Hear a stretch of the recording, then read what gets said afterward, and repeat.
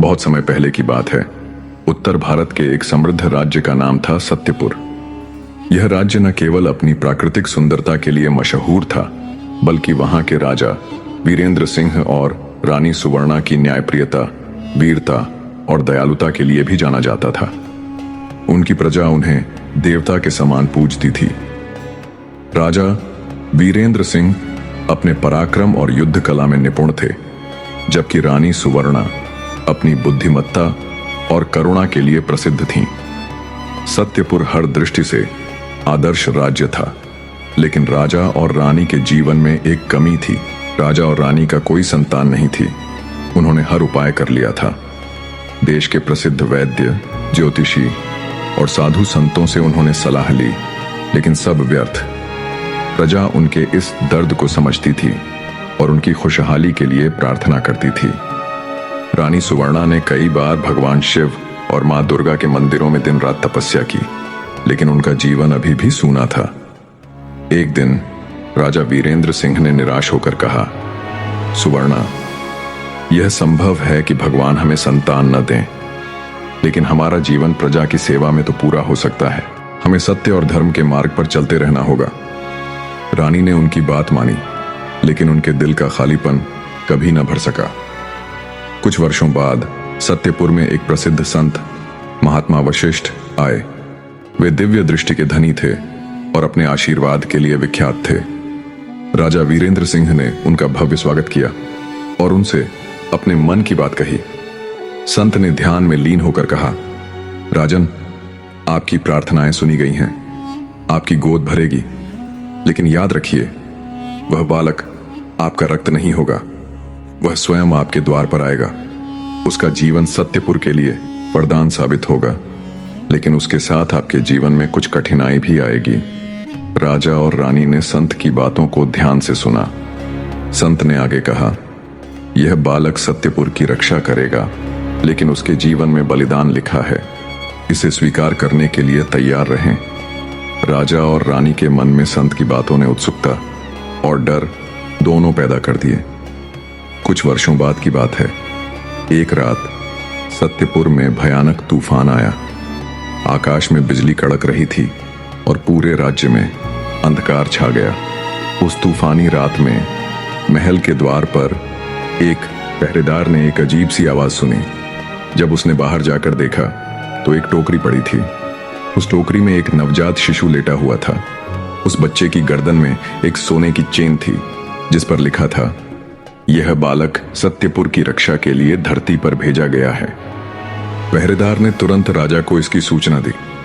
राजा और रानी ने जब उस बालक को देखा तो उनकी आंखों में आंसू आ गए। ऐसा लगा जैसे भगवान ने उनकी वर्षों की प्रार्थना सुन ली हो। उन्होंने उस बालक को गोद ले लिया और उसका नाम अरुण रखा। अरुण का बचपन अद्भुत था। वह बचपन से ही असाधारण था। उसकी बुद्धि, साहस और दयालुता देखकर सभी लोग चकित हो जाते। महल में उसे सबसे अच्छा प्रशिक्षण दिया गया। अरुण ने कम उम्र में ही तलवार चलाने, घुड़सवारी और धनुष बाण चलाने में महारत हासिल कर ली। राजा वीरेंद्र सिंह ने अरुण को सिखाया कि एक राजा का सबसे बड़ा धर्म अपनी प्रजा की रक्षा करना है। रानी सुवर्णा ने उसे यह सिखाया कि करुणा और दया एक राजा को महान बनाती है। अरुण ने इन दोनों गुणों को आत्मसात कर लिया। सत्यपुर में सब कुछ शांत था, लेकिन संकट मंडरा रहा था। पड़ोसी राज्य का राजा भैरव सिंह एक क्रूर और निर्दयी शासक था। उसकी नीयत सत्यपुर की संपत्ति और समृद्धि पर थी। उसने अपनी विशाल सेना के साथ सत्यपुर पर आक्रमण करने की योजना बनाई। जब सत्यपुर पर युद्ध का खतरा आया तो राजा वीरेंद्र सिंह ने अपनी सेना को तैयार किया, लेकिन उन्हें चिंता थी कि उनकी छोटी सेना इतनी बड़ी सेना का सामना कैसे करेगी। इसी बीच अरुण ने आगे बढ़कर कहा, पिताजी, मुझे सेना का नेतृत्व करने दीजिए। यह राज्य मेरी जिम्मेदारी है। अरुण ने अपने नेतृत्व में सेना को संगठित किया। उसने प्रजा को भी प्रेरित किया कि वे अपनी भूमि की रक्षा के लिए एकजुट हों। उसके साहस और जोश को देखकर सत्यपुर की जनता में नया उत्साह आ गया। हर तरफ यह चर्चा थी कि अरुण सत्यपुर का सच्चा रक्षक है। युद्ध का दिन आया। भैरव सिंह ने अपनी विशाल सेना के साथ सत्यपुर पर हमला किया। अरुण ने अपनी छोटी लेकिन संगठित सेना के साथ उसका सामना किया। युद्ध भयंकर था। अरुण ने अपनी रणनीति और पराक्रम से भैरव सिंह की सेना को परास्त कर दिया। उसकी तलवार हवा में बिजली की तरह चमक रही थी। सत्यपुर की सेना ने भैरव सिंह को पराजित कर दिया। लेकिन विजय के बाद जब अरुण युद्ध के मैदान से लौट रहा था तो भैरव सिंह के एक सैनिक ने छिपकर उस पर हमला कर दिया। एक तीर अरुण के सीने में आ लगा। उसे गंभीर हालत में महल लाया गया। राजा और रानी उसके पास दौड़े। अरुण ने मुस्कुराते हुए कहा, पिताजी, मैंने सत्यपुर की रक्षा की, अब मुझे शांति है।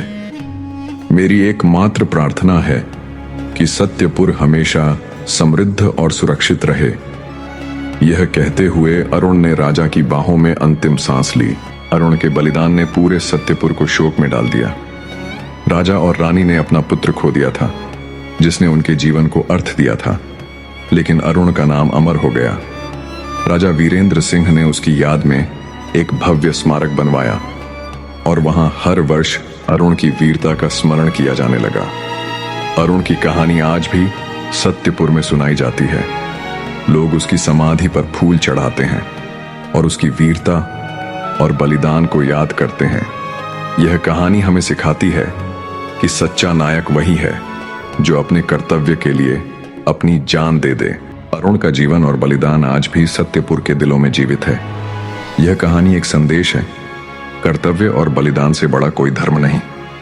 हाँ, अगर वीडियो में कोई गलती है तो हमें माफ करिए, और हमारा वीडियो आपको अच्छा लगा तो वीडियो को लाइक जरूर करिएगा। वीडियो पूरा देखने के लिए धन्यवाद। मिलते हैं अगला वीडियो के साथ। Bye bye.